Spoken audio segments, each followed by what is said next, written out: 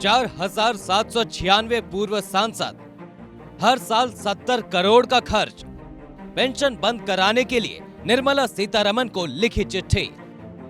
क्या होगी पूर्व सांसदों की पेंशन बंद? महाराष्ट्र से कांग्रेस सांसद सुरेश उर्फ बालू धानोरकर ने वित्त मंत्री निर्मला सीतारमण को चिट्ठी लिखी है। इस चिट्ठी में उन्होंने वित्त मंत्री से ऐसे पूर्व सांसदों की पेंशन को बंद करने की मांग की है जो आर्थिक रूप से मजबूत हैं। निर्मला सीतारमण को लिखी चिट्ठी में धानोरकर ने कहा, कुल मिलाकर लोकसभा और राज्यसभा के 4,796 पूर्व सांसद पेंशन ले रहे हैं। इनकी पेंशन पर हर साल 70 करोड़ रुपए खर्च होते हैं। इनके अलावा 300 पूर्व सांसद ऐसे हैं जिनका निधन हो चुका है और उनके परिवार वालों को पेंशन मिल रही है।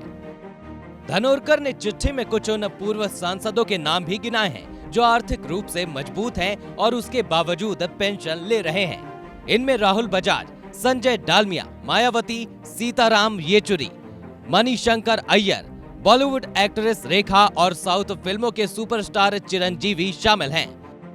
धानोरकर ने इस चिट्ठी में लिखा है कि आर्थिक रूप से मजबूत कई सारे पूर्व सांसद ऐसे हैं जो पेंशन का लाभ ले रहे हैं। उन्होंने वित्त मंत्री से ऐसे सांसदों की पेंशन बंद करने की अपील की है। उन्होंने कहा कि ऐसे पूर्व सांसद जो इनकम टैक्स के 30% स्लैब में आते हैं, उन्हें पेंशन का लाभ नहीं मिलना चाहिए। उन्होंने कहा, मैं इस बात को लेकर पूरी तरह आश्वस्त हूं कि कोई भी देशभक्त पूर्व सांसद को इससे आपत्ति नहीं होगी। दरअसल लोकसभा और राज्यसभा सांसदों की सैलरी और पेंशन के लिए 1954 से कानून है। समय समय में इसमें संशोधन होते रहते हैं। लोकसभा का एक कार्यकाल यानी 5 साल पूरा करने पर 25,000 रुपए पेंशन के हकदार हो जाते हैं। इसी तरह अगर राज्यसभा का एक कार्यकाल यानी 6 साल पूरा कर लिया तो हर महीने 27,000 रुपए की पेंशन मिलती है। जैसे राज्यसभा सांसद का कार्यकाल 6 साल रहता है तो उन्हें हर महीने 27,000 रुपए पेंशन मिलती है। अगर कोई 2 बार यानी 12 साल तक राज्यसभा सांसद रहता है तो उसे 39,000 रुपए पेंशन हर महीने मिलती है। सांसदों की पेंशन पर सरकार हर साल कितना खर्च करती है, इसका जवाब आरटीआई से सामने आया है।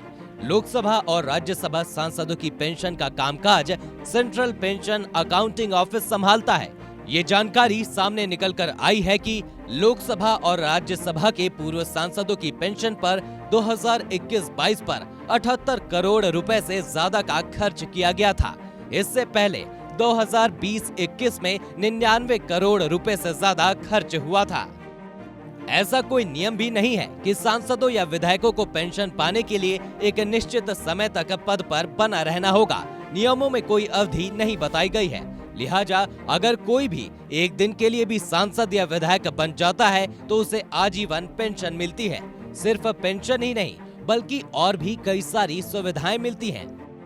इतना ही नहीं, अगर कोई सांसद के बाद विधायक बन जाता है तो उसे सांसद की पेंशन के साथ साथ विधायक की सैलरी भी मिलेगी और विधायक पद से हटने के बाद सांसद और विधायक दोनों की पेंशन मिलती है।